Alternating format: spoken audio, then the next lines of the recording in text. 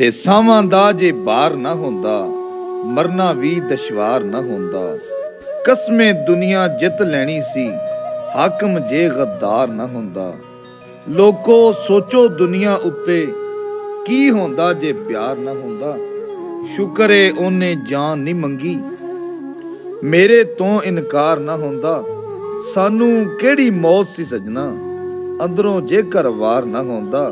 80 ਸਾਲਾਂ ਸਾਲ ਨਾ ਮਿਲਦੇ, ਜੇਕਰ ਵਿੱਚ ਇਤਵਾਰ ਨਾ ਹੁੰਦਾ। ਤੇ ਆਪਣਾ ਰਿਜ਼ਕ ਬਣਾ ਲਿਆ ਮੈਨੂੰ, ਦਰਦ ਗਮਾਂ ਨੇ ਖਾ ਲਿਆ ਮੈਨੂੰ। ਜ਼ਿੰਦਗੀ ਨੇ ਜਦ ਠੋਕਰ ਮਾਰੀ, ਮੌਤ ਨੇ ਸੀਨੇ ਲਾ ਲਿਆ ਮੈਨੂੰ।